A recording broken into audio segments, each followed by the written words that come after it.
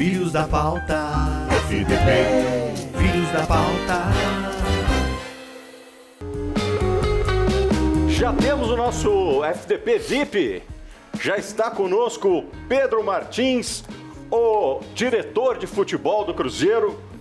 Outro dia chamei você de diretor executivo, aí me disseram, não é diretor executivo, é diretor de futebol e tal. Então, tá bom, peço perdão. Seja bem-vindo e você está elevado ao posto de FDP VIP, portanto você pode voltar quando quiser. E eu vou deixar Guilherme Mendes, que está aqui à minha direita, fazer as honras e começar a conversa com você. Seja bem-vindo, Pedro. Pedro, boa noite. Guilherme que está falando. Eu não te conheço pessoalmente, mas já disse aqui mais de uma vez o quanto eu tenho admirado o seu trabalho e tem sido realmente assim uma pessoa que está batendo palma pela sua lucidez, pelo seu posicionamento e pelo trabalho que vocês conseguiram realizar num espaço tão curto. Quem olha o Cruzeiro da virada do ano e vê a equipe que está chegando no início do mês 11, com essa formação, com essa qualidade, buscou a vaga, buscou o título. Então, a primeira coisa, eu queria te parabenizar por todo o trabalho, pela ascensão, pelo título. E queria que nesse começo, Pedro, você falasse um pouco para a gente sobre a sua história, porque você veio da Federação Paulista de Futebol. Muitos poderiam imaginar que você estava num grande clube lá de São Paulo e não, você veio de um bastidor do futebol e que tem muito a ver com tudo que a gente estava comentando aqui agora há pouco. Eu sei que você estava na escuta, aí envolve VAR, escalação de árbitro, tabela, que é um outro mundo do futebol que é muito complexo. Mas boa noite, seja bem-vindo, Pedro. Boa noite. Primeiro quero agradecer o convite, a oportunidade e as palavras, né? Acho que o resultado que o Cruzeiro conseguiu conquistar durante esse ano foi fruto de uma construção coletiva, né? A gente viu o tamanho do desafio, né? Vocês acompanharam de perto todo o processo que o Cruzeiro passou nesses últimos anos e através da liderança do Ronaldo e da constituição de uma grande equipe de trabalho, a gente começou a reconstrução de um gigante. Não dá para falar que é um trabalho já realizado, eu acredito que é uma primeira etapa importante que foi conquistada. E estou muito contente por terminar essa temporada, primeiro com o acesso, né? E depois sendo coroado aí com o título. Falando aí rapidamente um pouco da minha história profissional, eu venho da federação, mas eu sou criado em clube, né?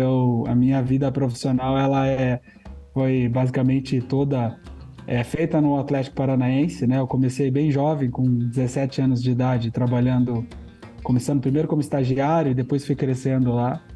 E depois tive outras passagens, eu saí do Atlético quando eu terminei minha graduação para ir para fora do país. Então eu fui estagiário do Queen's Park Rangers em Londres. Fiz a minha formação na Universidade de Liverpool, então fiz meu MBA lá. E aí o Atlético me chamou para voltar, depois dessa experiência fora do país, para ajudar na construção do planejamento estratégico do clube, planejamento estratégico que mantém até hoje, né? E durante essa minha passagem no Atlético, eu recebi o convite para coordenar e ser o responsável pela parceria com a Ferroviária de Araraquara. A gente fez uma reconstrução ampla lá em todo o clube, quando ele sobe para a primeira divisão do Paulistão. Essa reconstrução fez com que eu pedisse demissão do Atlético para ficar 100% focado na Ferroviária. E ali a gente conseguiu fazer o time se manter na primeira divisão do Campeonato Paulista. Depois a gente consegue retomar o cenário nacional através do título da Copa Paulista 2017. E a gente reformulou a base da Ferroviária. A Ferroviária começou a colocar jogadores nos principais clubes do país e fora do país.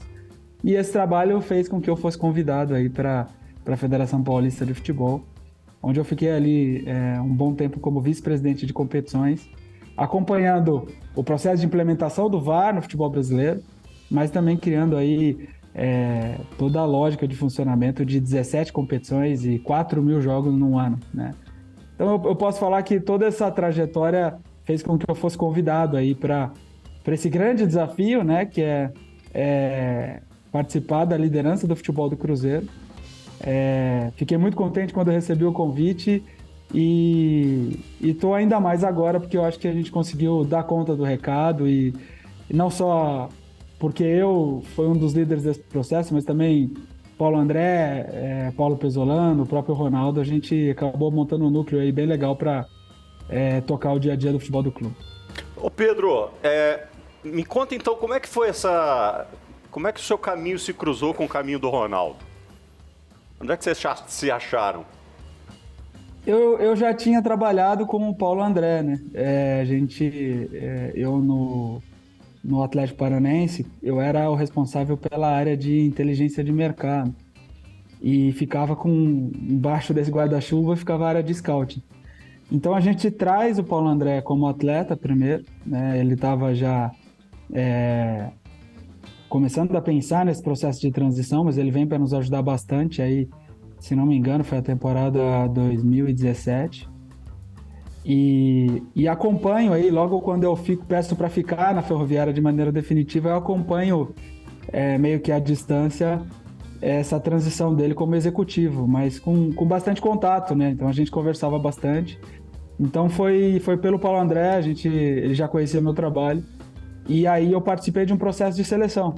Eu fui entrevistado aí por toda a equipe de gestão do clube, então já no início de dezembro ali eu participei de uma conversa com o Gabriel Lima, com o Paulo André, com o Bruno Maziotti, para poder ser o diretor de futebol do clube. Bacana. Aqui, ó, nós temos aqui ao meu lado um recém-PhD em análise de mercado. Ah, sou idiota. Longe de ser o Pedro. Agora você vai ter que contar a piada. Depois eu conto. Não dá pra perder uma convidada desse tamanho aí, Pedro. Assim como os meus colegas já te elogiaram, e eu fiz hoje pela manhã e já faço algumas semanas no 98 Esportes, acompanho o seu trabalho, que já foi elogiado inclusive pelo Alexandre Calil, enquanto você estava no Atlético Paranaense, em que pediu até você emprestado. E acho que essa reportagem até saiu no GE na época, o Alexandre Calil elogiando a sua competência e o quanto você entende de futebol. E o seu trabalho, acho que mineiro você não é, mas bem mineiro, caladinho, quietinho, com muita eficiência. Então, parabéns.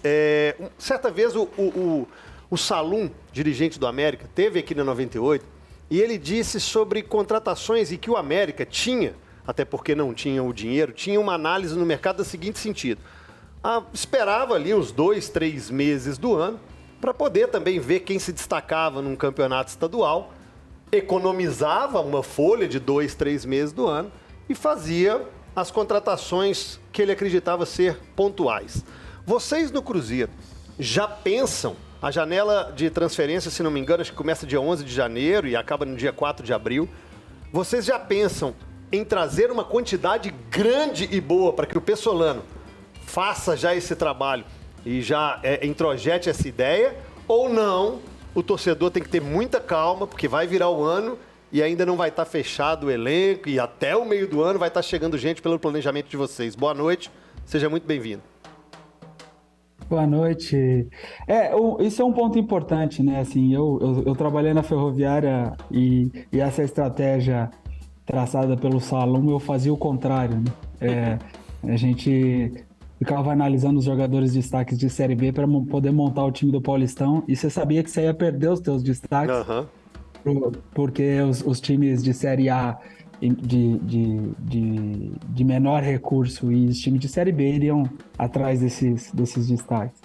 Aqui no Cruzeiro a gente já montou uma estrutura um pouco diferente, né? A gente montou uma equipe de análise de mercado mais robusta, justamente para a gente poder monitorar todas as possibilidades, e aí dependendo de todos os cenários, né? Então hoje a gente já tem um mapeamento amplo aí de jogadores, e é óbvio que você precisa pegar muito a resposta que o mercado vai te dar em termos de solicitação de valores, né? É muito importante quando a gente fala de regulação financeira, justamente por isso, porque hoje o mercado está extremamente inflacionado, porque você tem uma quantidade grande de clubes que subiram e que vão ter que reconstruir os seus elencos, né? Então, nesse aspecto, você pode esperar uma movimentação muito grande no mercado, e movimentação muito grande no mercado gera inflação, né? Dentro do nosso lado, a gente vem procurando tomar as decisões mais racionais possível, né? Então, escolher os jogadores que se enquadram muito no nosso perfil de jogo e também na nossa restrição orçamentária. A gente não tem pressa, mas a gente sabe que é importante antecipar alguns cenários se isso for possível, né? A gente não vai querer sair tomando decisão de maneira apressada simplesmente para poder entregar todos os jogadores que a gente está planejando já no início dessa temporada, mas ao mesmo tempo a gente sabe que o quanto antes você conseguir trazer esses jogadores, mais rápido você começa a criar um senso de equipe, não só dentro do campo, né, com relação ao entendimento dos critérios de jogo e das diretrizes passadas pela comissão, mas também fora do campo, né? Então é um equilíbrio aí que eu nem consigo hoje te dar um termômetro de quantos jogadores a gente já vai conseguir trazer de maneira imediata, mas sim, a gente está trabalhando bastante para poder ser assertivo. E aí a assertividade é tomar a decisão da maneira mais racional possível. Pedro, boa noite. Domênico que está falando. Seja bem-vindo ao FDP. Pedro, eu trabalhei no Atlético por 20 anos e quando o futebol feminino chegou no Atlético, eu torci o nariz. Falei, putz, futebol feminino, e devagar eu fui entendendo a luta das meninas e o quão o futebol feminino era dissociado desse mundo que a gente vive, do futebol, do profissional e tal. E devagar, ao entender isso, eu pude ajudar muito o trabalho que a Nina, coordenadora, fez lá, junto com o Lázaro, junto com o Sérgio Sete Câmara, presidente da época. Eu tenho visto, e quero te parabenizar por isso, o futebol feminino do Cruzeiro é muito valorizado. Vi esses dias você falando sobre categoria de base, time profissional e o futebol feminino profissional, né? Você não deixou de citar o futebol feminino. Vi um dia desses vocês apresentando um patrocinador, me parece exclusivo, se eu estiver errado você me corrige, para o futebol feminino. Eu queria que você me falasse um pouquinho dessa visão que o Cruzeiro está tendo para o futebol feminino, que, ao ver de fora, percebo que o Atlético deu uma parada em relação a isso. Olha, o nosso objetivo desde o início, né, foi entender, quando a gente fez um diagnóstico na chegada com relação a como estava o futebol do clube, estava claro que a gente tinha a responsabilidade de reestruturar toda a equipe principal, de repensar a base de maneira ampla, né? E ter um olhar especial para o futebol feminino, porque o futebol feminino, até aquele momento, ele não era tratado como uma categoria prioritária dentro do Cruzeiro. Então, o Cruzeiro pagava uma estrutura externa para que a equipe feminina trabalhasse. Você não tinha uma estratégia de mercado, então você tinha que remontar elenco todo ano. E hoje está claro que o futebol feminino vem crescendo muito, né? Se você for olhar as melhores ligas do mundo, o Barcelona já colocou mais de 90 mil pessoas num jogo da equipe feminina deles, né? E a gente tem pego aí os melhores cases que existem. A equipe do Lyon, é extremamente interessante o trabalho que eles fazem lá, o Orlando Pride nos Estados Unidos. Enfim, a gente vem procurando as referências para que o Cruzeiro consiga fazer um planejamento estratégico muito sólido para a equipe de futebol feminino. A gente sabe que é uma indústria que ainda não está sendo remunerada como devia, né? Não só em termos de salário, mas em termos de patrocínio também. Então, quando a gente começa a entender um pouco como está funcionando o mercado do futebol feminino no Brasil hoje, existe uma discrepância em termos de geração de receita com relação ao que existe de pagamento de salário. Os salários estão crescendo de maneira exponencial, né? Equipes já estão investindo muito, de maneira considerável. Se você for pegar aí o Palmeiras agora, que foi campeão da Copa Libertadores, o Corinthians tem um trabalho muito sólido, muito robusto, né? Mas o que a gente está procurando fazer no Cruzeiro é identificar um diferencial competitivo, né? Dentro da nossa limitação também orçamentária, o nosso diferencial competitivo é quebrar toda e qualquer barreira cultural que existe. Então, hoje o futebol feminino está extremamente integrado ao funcionamento das tocas 1 e 2. Eles recebem todos os serviços que as nossas outras equipes recebem, né? Isso, na minha visão, era uma condição básica, mas se você for pegar, apenas o Cruzeiro fornece isso de maneira tão integrada dentro do futebol brasileiro. Isso, para mim, é um baita trabalho, é um baita diferencial, e vale reforçar muito aqui o trabalho que a Kim Saito, que é a diretora da área, vem fazendo, a Bárbara, que é a coordenadora, o Felipe, que é o treinador. E a gente vai tentar diminuir essa discrepância no âmbito de investimento com as outras equipes com muito trabalho. Então, se você for me pegar falando de futebol feminino, vai ser algo muito parecido com o que a gente vê no futebol masculino, que é a gente tentar fazer muito com pouco. Mas eu sou alguém que acompanha muito de perto o futebol feminino, porque já fazia assim na Federação Paulista de Futebol e já fazia assim na Ferroviária. A Ferroviária tem uma equipe extremamente vitoriosa também no futebol feminino. E é um projeto do clube, um projeto prioritário, é uma solicitação do Ronaldo, né? E assim a gente vai continuar buscando investir, qualificar e também agora a gente vai ter que trabalhar no desenvolvimento de uma base, né, para as categorias menores aí do futebol feminino. A gente está com esse plano agora e vamos trabalhar para colocar ele em pé. Ô Pedro, eu vou chamar um vídeo. Você consegue ver os vídeos que a gente passa aqui? Você consegue ver aí no seu retorno, né?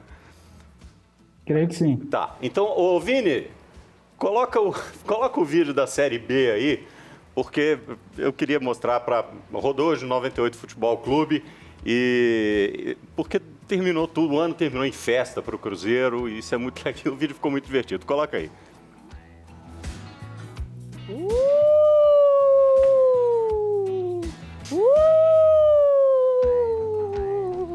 Já está chegando a hora de... Adivinha quem é? Venho aqui me despedir e dizer... Em qualquer lugar por onde eu andar, vou lembrar de vocês. Só me resta agora dizer adeus e depois o meu caminho seguir. O meu coração aqui vou deixar, não ligue se acaso eu chorar. Mas agora, adeus. Adeus, Cruzeiro, Atlético, América. Até um dia, quem sabe? Ai, meu Deus. Adroaldo Leal é um gênio. É um gênio. Aí eu quero te perguntar o seguinte, cara. Porque assim, ok, quando a gente olha no final da temporada, deu tudo certo, o time voou, foi campeão, bateu todas as metas, fez tudo certo. Mas eu imagino que não deva ter sido só flores durante todo esse caminho. Muitas coisas devem ter sido difíceis, inclusive naquele início, quando vocês começaram a reformular alguns momentos especiais. Por exemplo, a dispensa do Fábio, que foi uma coisa meio traumática, a torcida ali ficou meio pegando no pé e tudo mais. Quer dizer, quais foram os principais percalços que vocês tiveram durante essa temporada para chegar no final sorrindo? De fato, assim, se a gente pega o que foi a nossa chegada, né? Eu cheguei no clube dia 4 de janeiro, né? A gente teve que fazer muita coisa em muito pouco tempo, né? Porque a gente encontrou um clube com muito pouco processo e com funcionários e colaboradores completamente desmobilizados, né? Então, eu olhando para trás, eu acredito que a gente conseguiu, assim, modificar a cultura de trabalho, modificar a lógica de funcionamento em tempo recorde, porque não é normal, né? E eu vejo que foi mês a mês, assim, né? A gente foi desconstruindo muita coisa que eu acredito que fez com que o Cruzeiro permanecesse na Série B ao longo desses anos, né? O principal, eu acredito que era o fato das pessoas acreditarem que o clube gigante que iria naturalmente recuperar esse espaço na Série A sem mudar a sua forma de trabalhar, né? Então isso me assustou bastante, assustou todos que chegaram nesse mesmo momento, né? Então a gente teve que quebrar essa cultura e instituir uma nova lógica financeira, né? Era um clube que estava habituado a gastar muito. E essa reconstrução do elenco não foi nada fácil, porque já tinham contratos pré-estabelecidos, teve muita negociação que teve que acontecer, e a gente começar a criar esse teto salarial e demonstrar para o mercado que existia uma nova lógica de funcionamento e uma nova lógica de pagamento, né? As pessoas tinham uma outra imagem do Cruzeiro, né? E aí eu acho que, assim, se for para resumir, o trabalho ele foi se tornando mais fácil ao longo dos meses, porque a gente foi melhorando nossa forma de funcionar. E mesmo quando a gente oscilou aí em algumas rodadas, estava claro para todo mundo qual que era o caminho que a gente devia seguir, né? No início ainda não está claro, né? No início ainda tem muita dúvida. E aí quando você toma algumas decisões que são impopulares, não está claro nem para dentro e nem para fora. E nesses momentos difíceis que o Ronaldo, eu acredito que ele foi importante e fundamental, porque ele é o cara que estimula, dá coragem para todo mundo e fala, gente, vamos embora que tá claro que a gente vai mudar esse clube e a gente precisa tomar essas decisões. Mesmo que a gente receba algumas críticas, a gente sabe que a gente está fazendo o que é correto. Estamos conversando com Pedro Martins, diretor de futebol do Cruzeiro. E Guilherme Mendes tem uma pergunta, então nosso FDP VIP está à sua disposição. Ô Pedro, estamos de volta aqui. Antes da gente falar sobre o futuro, que eu acho que é o que todo mundo está querendo saber um pouco, eu queria te fazer uma última pergunta sobre o começo do trabalho de vocês. Início de 2022, vocês chegam aqui com um clube que há 3 anos está com a autoestima lá embaixo, situação financeira extremamente delicada, com salários atrasados, funcionários desmotivados, uma estrutura com alguns vícios que eu sei que vocês pegaram. E aí vocês já tomam a decisão de liberar o Fábio, que é o jogador com o maior número de jogos na história do Cruzeiro. Outros jogadores que já estavam assinando o contrato com a gestão anterior, vocês tomam a decisão de não manter esses contratos e já liberar essa turma, como o Pará, por exemplo, lateral. E vocês vão ao mercado meio que às pressas e começam a contratar peças. A gente olhando esse cenário fala assim, não, tem tudo para dar errado no primeiro ano. Isso aí vai começar a caminhar, mas já colher o principal resultado é muito difícil. Então eu queria que te fez essa introdução toda para te perguntar qual foi o momento no início da temporada que vocês falaram, deu liga, deu certo, nós vamos conseguir. Olha, Guilherme, a gente teve que tomar decisões difíceis porque a gente tinha um cenário financeiro extremamente complicado, né? E no início de diagnóstico, a gente foi pego de surpresa em diversos aspectos, né? Então, o nosso principal compromisso, e até por orientação do próprio Ronaldo, era pagar salário em dia. O primeiro movimento que o clube fez aí foi acertar 13º, pagar algumas contas emergenciais, como a conta de luz que estava para ser cortada na toca. Meu Deus. Então, não existia, assim, na nossa visão, não existe time vencedor se você não respeitar as condições básicas da constituição de um clube de futebol saudável, né? Então, a gente foi muito fiel à nossa estrutura financeira e a gente sabia que não dava para prometer o dinheiro e depois correr atrás, como às vezes a gente vê que acontece no futebol brasileiro, né? Eu já escutei algumas vezes aí o pessoal falando, não, promete lá, porque se esse time subir, você consegue pagar essa conta. Parece que você está no cassino, né? Isso não existe. Então, assim, a gente teve que tomar uma decisão extremamente racional. E aí, tomar decisão racional é você oferecer o que você pode pagar para as pessoas, né? E foi isso em todos os casos, não só no caso do Fábio, mas também em todos os outros contratos que a gente teve que renegociar, a gente teve que respeitar primeiro a limitação financeira. Isso não quer dizer que a gente não respeite a história dessas pessoas, desses atletas e tudo que eles fizeram pelo Cruzeiro. Não tinha só o caso do Fábio, né? Tinha o caso do Maicon e todos os outros. O Pará tem uma bela história no futebol brasileiro. Uma coisa, outra coisa, né? A gente precisava, sim, pagar a conta em dia e montar uma equipe competitiva dentro dessa restrição, né? A gente acreditou muito que o nosso diferencial competitivo seria a convicção no projeto. E o que é a convicção no projeto? Ponto 1 é colocar a instituição acima de todos, né? Não tem atleta maior que o clube, não tem diretor maior que o clube, não tem treinador maior que o clube. E o ponto 2 é você ter um norte com relação a como você quer jogar, quais são as restrições desse modelo de jogo e tomar decisão em cima dele. Decisão de escolha de treinador, decisão de escolha de jogador, né? E a gente foi evoluindo em cima disso. É óbvio que hoje, por exemplo, a gente está muito mais maduro, né? Em termos de saber o que é bom para o Cruzeiro e o que não é bom para o Cruzeiro. Mas naquele momento a gente se apegou nesses pilares de sustentação do projeto para tomar essas decisões. Eu acho que a gente errou bastante durante esse ano, né? Porque normalmente o pessoal vem aqui e fala, pô, você subiu, você foi campeão. Claro que a gente errou. Não tem como você tomar essa quantidade de decisões com relação à escolha de jogador, mudança de cultura, mudança de ambiente, reestruturação de toda a área administrativa sem errar. O nosso grande objetivo foi diminuir a margem de erro, com a convicção de que a gente tinha um projeto para o clube se reconstruir ao longo do tempo. E assim a gente vai manter. Eu não tenho nenhuma expectativa desmedida de que a gente vai chegar na Série A e tomar conta da Série A, ou a gente vai acertar em todas as contratações. Não, a gente vai errar, né?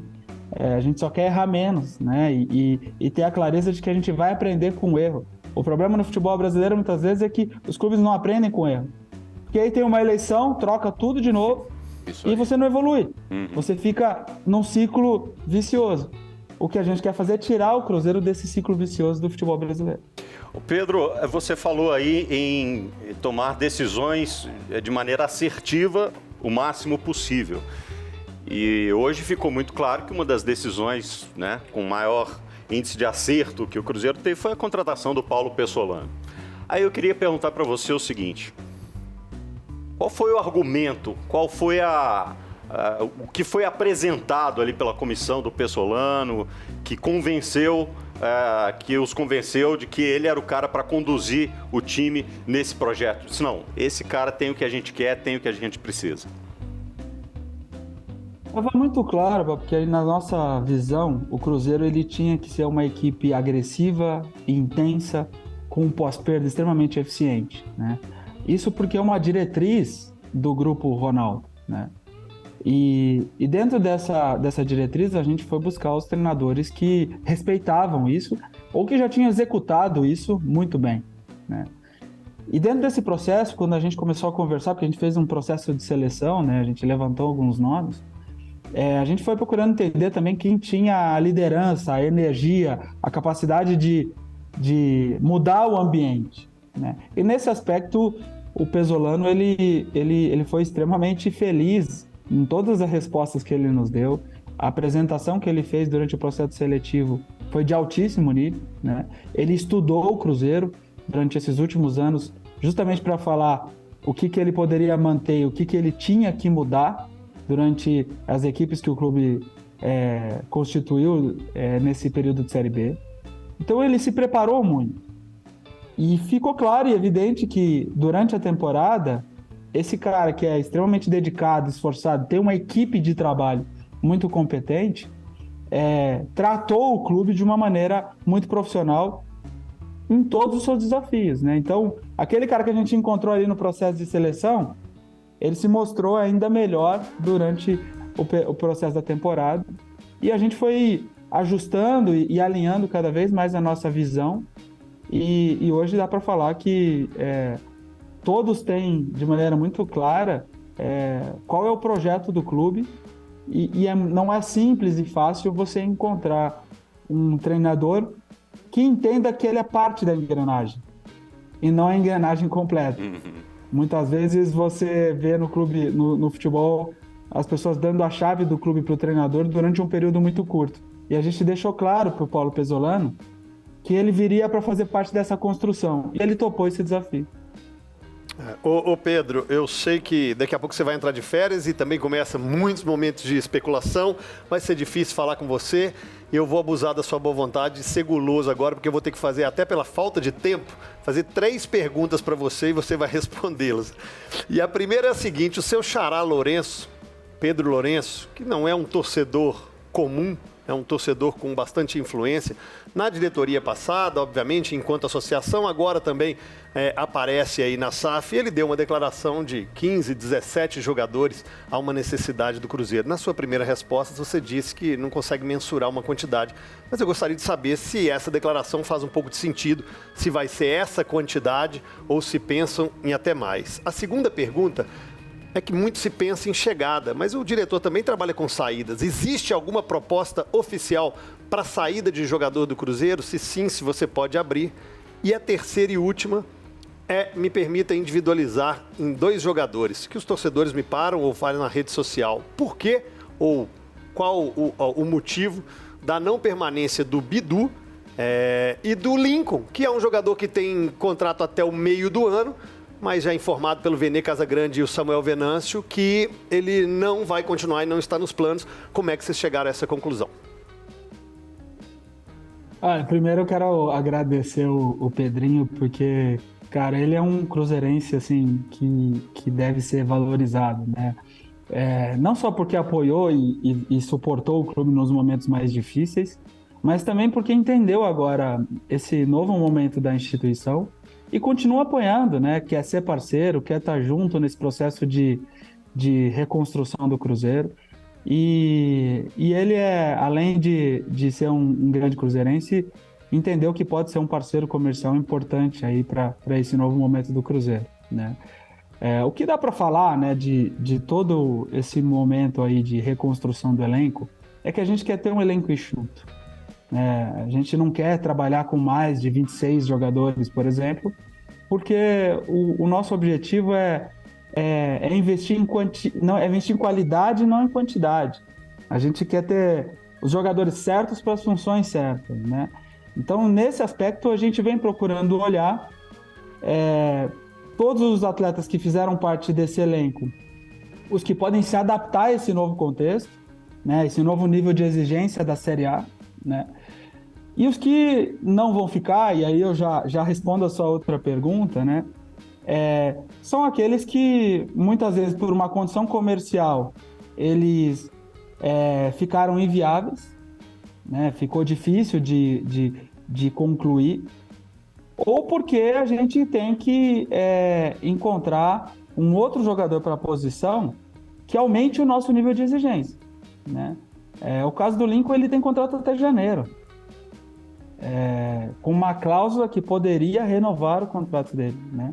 O que aconteceu é que o clube, até o momento, não acionou nenhuma cláusula de renovação de contrato. Mas eu procuro não individualizar justamente porque a gente, primeiro, tem que valorizar muito o que esse elenco fez nessa temporada e muitas vezes o meio externo não consegue fazer esse gesto de compreensão de que esses atletas todos entraram na história do clube. Muitas vezes o cara veio e não jogou tanto, mas no dia a dia ele levou os treinos no limite, né? E eu não tenho dúvida que quando esse cara aumenta o nível de exigência, ele está melhorando os outros, né? Ele está treinando no limite, o cara que é titular, ele vê que aquele cara ali está incomodando ele, né? Você só tem uma equipe competitiva se você tem um grupo de atletas. Então, a gente conseguiu constituir um grupo muito bom, e esse é o nosso grande desafio, de novo, numa Série A. É constituir um outro grupo muito bom. E aí, quando a gente vai tomar a decisão sobre a permanência ou sobre a saída de determinado atleta, a gente está olhando para a constituição do grupo, para a constituição de quem vai puxar o nível de exigência para cima, quem vai fazer com que o clube esteja apto a superar os grandes desafios que a Série A nos traz. Esse é o ponto fundamental para decidir permanência, para decidir saída, para decidir contratações. É isso que a gente busca. Mas alguma proposta? Já para a garotada aí ou para alguém? Não. Proposta oficial não. Sondagem, cara, se a gente se deixar levar por sondagem, você não dorme, porque todo dia o pessoal fica ligando, mas proposta oficial não tem. Mas, cara, assim, se tiver, o clube sempre vai analisar muito o contexto, né? O contexto é a saúde financeira do Cruzeiro, a felicidade do atleta que estiver envolvido, e aí a gente toma a decisão. Você falou aí do Pedro Lourenço, né? Que é um dos grandes... Foi o cara que segurou a barra do Cruzeiro, de verdade, dono dos supermercados BH, uma das grandes redes de supermercados do Brasil e, de fato, um grande parceiro do Cruzeiro. De vez em quando os caras não confundem, não acho que você e ele é a mesma pessoa. Você é o Pedrinho do Cruzeiro, é o Pedro do Cruzeiro, é o mesmo cara. Não rola isso no meio da torcida, não? Eu acho que não. O Pedrinho... O Pedrinho é um apaixonado, cara. Eu conversei já com ele algumas vezes, e aí você sente na conversa com ele o quanto que o Cruzeiro é um ponto central da vida dele, né? E ter essa sensibilidade também é importante, né? A gente escutar o que está sendo falado, não só por ele, mas pela torcida, por quem está olhando o clube de fora, também nos ajuda a sempre ajustar o nosso dia a dia, a nossa rotina e a nossa tomada de decisão. Bom, só mais uma pergunta a minha aqui, que é o seguinte. Eu vi o Ronaldo falando ontem, se não foi ontem, foi anteontem e tal, ele estava falando que se tivesse que levar alguém para a Copa do Mundo, que ele levaria o Endrick, que para mim é o cara que vai ser bola de ouro. Esse menino, se não machucar, vai ser bola de ouro e tal. E eu acho que isso revela muito da mentalidade dele, né, de perceber valores muito cedo. E ele tem lugar de fala. Ele totalmente tem lugar de fala. E aí eu quero saber, por que eu estou perguntando isso? Porque onde é que estão as categorias de base do Cruzeiro no seu organograma como fornecedor de jogador para o time principal? A base é nosso carro-chefe, né? Assim, quando você vai pensar na constituição de um clube que seja sustentável, não tem como você não formar jogadores, né? Na nossa visão, a gente precisa fazer com que a base do Cruzeiro seja extremamente competitiva, e a gente vem fazendo uma reflexão muito grande. Até recentemente a gente fechou uma parceria com o PSV justamente para poder aprender cada vez mais sobre como formar atleta de alto nível, porque a gente identifica que no Brasil você tem talento, muito talento, mas você não tem processo de formação, né? E a gente quer aprender com os melhores, né? Para justamente adaptar o nosso método de trabalho para conseguir formar não só mais jogadores, mas também jogadores melhores, né? O nosso objetivo é procurar trabalhar com poucos jogadores por categoria, dar o melhor serviço possível para desenvolver não só o atleta, mas também o ser humano, né? Não adianta você querer formar o atleta para ser um dos melhores do mundo se ele não tiver toda a carga cultural e toda a estrutura para entender a demanda emocional que é ser um atleta de alto nível, né? E nesse aspecto a gente vai trabalhar muito para colocar o Cruzeiro como um protagonista também no futebol brasileiro. A gente já fez uma reestruturação ampla. O Cruzeiro antes, por exemplo, não tinha uma área de scouting para identificação de jovens talentos em algumas áreas estratégicas. A gente já está conseguindo fazer isso. Mas base leva tempo, né? É um projeto de médio e longo prazo e que precisa ser melhorado aos poucos. Hoje a gente já está muito mais contente com o que a gente tem dentro da casa, mas isso não pode parar de melhorar nunca.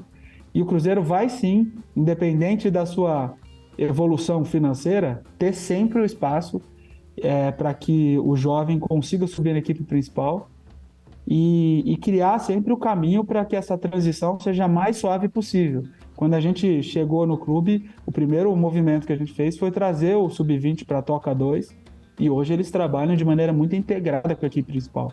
Até porque quando o menino pisa lá no Mineirão para jogar, todo o resto já não é novidade. Só o Mineirão é a novidade, né? Ele já está treinando algumas vezes na semana com toda a equipe principal, ele já conhece qual é o método do Paulo Pesolano, ele já está integrado com os outros atletas, então isso facilita demais para que essa transição ocorra com maior taxa de sucesso. Ô Pedro, a gente está chegando aqui ao final do programa. O Bob falou aqui agora do Ronaldo, né? O Bob falou aqui agora do Ronaldo. Onde é que entra o Ronaldo nesse processo de contratação? Você falou aí dos vários departamentos. Você tem scout, você tem análise de desempenho, você tem você que é diretor de futebol, você tem o Paulo André. Em que momento entra o Ronaldo? É para dar a carimbada final, falar, não, ok, ele entra no início do processo, ele apresenta nomes para vocês. Onde é que o Ronaldo se encaixa nesse processo de contratação? O Ronaldo ele é atualizado constantemente sobre o nosso planejamento, né? Então ele tem já uma clareza sobre qual que é o nosso orçamento, como está o andamento das negociações, né? Mas o que ele nos cobra muito é a estratégia e o planejamento, né? O que a gente está pensando e como a gente vai atuar. E aí, ao longo do tempo, a gente vai dando essa atualização para ele, para dizer que determinada negociação está evoluindo, outra está um pouco mais travada, né? Trabalhar com ele é muito bom porque ele não é o cara que vai ficar travando a operação no dia a dia, né?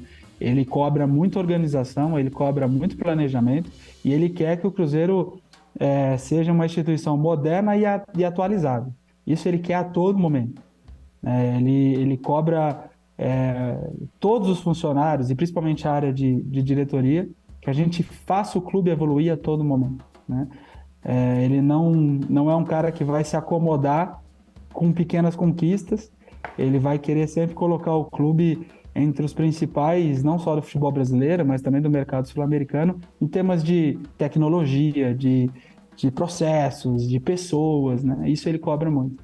Então é um prazer trabalhar com ele, justamente porque ele cobra seus executivos onde deve cobrar e também é muito parceiro quando a gente encontra uma dificuldade, quando a gente vê que tem uma trava ali, aí a gente liga pro chefe para ele ajudar a desenrolar qualquer problema que apareça.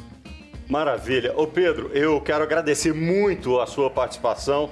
Quero dizer mais uma vez, como disseram aqui os meus companheiros, que você fez um brilhante trabalho, vem fazendo um brilhante trabalho nessa reestruturação do Cruzeiro, não só pelo sucesso nessa primeira temporada, mas a gente vê que o planejamento é sólido e a ideia é sólida e a gente realmente espera que esse sucesso continue e que o Cruzeiro, né, cresça de novo e fique de novo nas proporções em que ele sempre esteve dentro do futebol. Muito obrigado. Eu já disse, você é um FDP VIP, portanto, volte sempre que quiser, tá bom? Muito obrigado, eu que agradeço o convite, a oportunidade, é sempre um prazer poder falar do Cruzeiro. E vocês podem contar sempre comigo aqui, vai ser um prazer retornar mais vezes. Notícias importantes, fontes e opiniões, entrevistas, análises e considerações, informação no fim do dia. E se o assunto tá em alta, ele tá no FDP, filhos da pauta. FDP, filhos da pauta.